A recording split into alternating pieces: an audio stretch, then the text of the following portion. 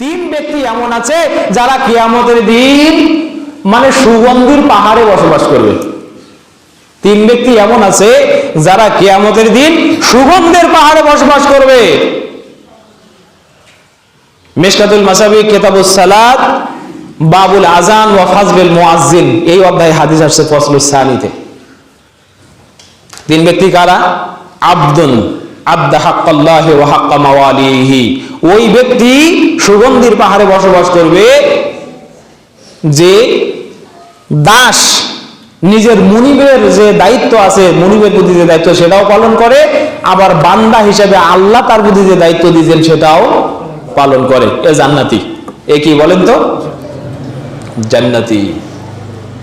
এরপরে রাসূল সাল্লাল্লাহু আলাইহি ওয়াসাল্লাম বলছেন ওয়া রাজুলুন আম্মা কওমান ওয়া হুম বিহি রাদুন, ওই ব্যক্তিও জান্নাতি, মানে সুগন্ধে থাকবে, সুগন্ধের পাহাড়ে বসবাস করবে কিয়ামতে।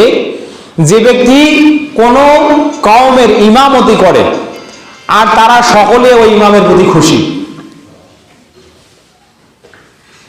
এইখানে আরেকটা হাদিস শুনাই। এবার রাসূল সাল্লাল্লাহু আলাইহি ওয়াসাল্লাম বলছেন, এই হাদিসটাকে ইমাম কি বলে তিরমিজি রাহমাহুল্লাহ বলছেন হাযা হাদিসুন হাসানুন গরীব, এই হাদিসটি হাসান তবে গরীব পর্যায়ের। ইমাম তিরমিজির মতে যেটা হাসান গরীব পর্যায়ের, সেই হাদিস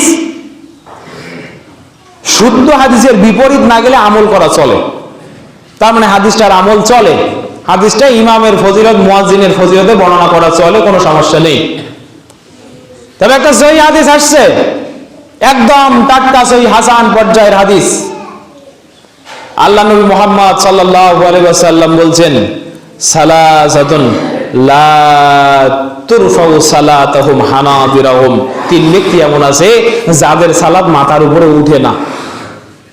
তার মধ্যে একটা হলো রাজুলুন আম্মা কওমান ওয়া হুম লাহু কারিহুন, ওই ব্যক্তি যে কোনো জামাতে ইমামতি করে আর তার মুসাল্লিগণ তার প্রতি নাখোশ।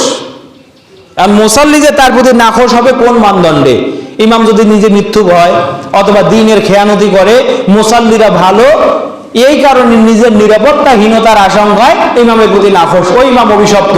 কিন্তু যদি এমন হয় ইমাম সত্য কথা বলেছে কিন্তু মুসাল্লি মানতে পারে না, তাই ইমামের দুর্নাম করে বেড়াচ্ছে, তাহলে কি হবে? যদি এমন হয় ইমাম ঠিক পথে আছে কিন্তু মুসাল্লি মানতে পারে না, তাই বলে তো হুজুরে না, তাহলে কি হবে? নিজের হিসাব করবেন বুকে হাত দিয়ে। সম্মানিত ভাইরা, এজন্য বলছি ইমাম বড় আপেক্ষিক বিষয়। ইমামের অন্ধ অনুসরণ করতে যেমন আপনি বাধ্য, দালিলিক অনুসরণ করতে যেমন আপনি বাধ্য, তেমনি ইমাম নিজস্ব দায় থেকে আল্লাহর কাছে জামিনদার।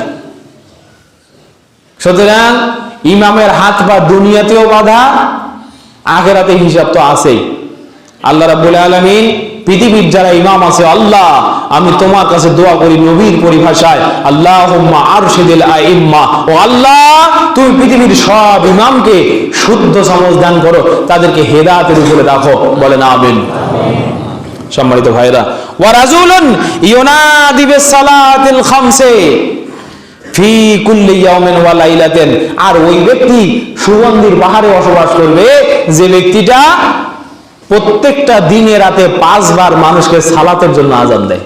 এই হাদিসে আব্দুর রহমান ভাই ফার্স্ট। সম্মানিত ভাইরা, এজন্য আমি আজকের দীর্ঘ আলোচনায় আপনাদের কাছে কয়েকটা বিষয়ের উপরে কথা বলেছি। এক, তাকওয়ার উপরে কথা বলেছি। যে মানুষ পড়ে আসছেন ও সারা জীবন দুর্ভাগা, ও জানে না আজকের কি আলোচনা হয়েছে। দ্বিতীয়ত, আমি এরই সাথে মুমিন ভাইয়ের সাথে আমাদের ভ্রাতৃত্বের সম্পর্ক কি রকম হবে, কোন পর্যায়ে সে আমার ভাই, কোন শর্তে সে আমার ভাই নয়, আর সে আমার ভাই হলেও পাপ হতে পারে, কোন মানদণ্ডে আমি তাকে শুধরিয়ে দেব সে বিষয়ে কথা বলছি। তৃতীয়ত, আমি সালাতের গুরুত্বের উপরে কথা বলছি। চতুর্থত, ইমাম এবং মুয়াজ্জিনের ভূমিকা মসজিদে কেমন হবে, এদের দায়িত্ব এবং রেসপন্সিবিলিটি কি। আর একটি কথা এখানে বলি, ইমাম এবং মুয়াজ্জিনের খাস দুটো আমল আছে। আল্লাহ নবী মুহাম্মদ সাল্লাল্লাহু আলাইহি ওয়াসাল্লাম বলছেন ইমাম হলো মানে আলেমরা হলো ওয়ারাসাতুল আম্বিয়া, আলেমরা হলো নবীর ওয়ারিস। তবে নবুয়ত পৌঁছানোর এখন যে কাজ হবে সেটা আলেমদের মাধ্যমে হবে। তাহলে আলেমরা আছে দিন প্রচারের ভূমিকায়, যে কাজ হলো নবিয়ানা কাজ। মুয়াজ্জিন যে থাকবে সে আছে বেলালের ভূমিকায় রাদিয়াল্লাহু তাআলা আনহু। বলেন, আল্লাহর নবী বলছেন, বেলাল কুম লিস-সালাত ফাকিম, সালাতের জন্য দাঁড়াও, ইকামত দাও। তারপর বেলাল সালাতে দাঁড়িয়ে ইকামত দিয়েছে। মনে রাখবেন, আজান এবং ইকামতের মধ্যে পার্থক্য আছে। আজান তো নির্দিষ্ট সময় হবে, মানুষ আজান শুনে মসজিদে আসবে, কিন্তু ইকামত যতক্ষণ পর্যন্ত ইমাম সাহেব মুয়াজ্জিনকে অনুমতি না দেবে ততক্ষণ পর্যন্ত মুয়াজ্জিন ইকামত দিতে পারে। এটা ইমামের ইখতিয়ার।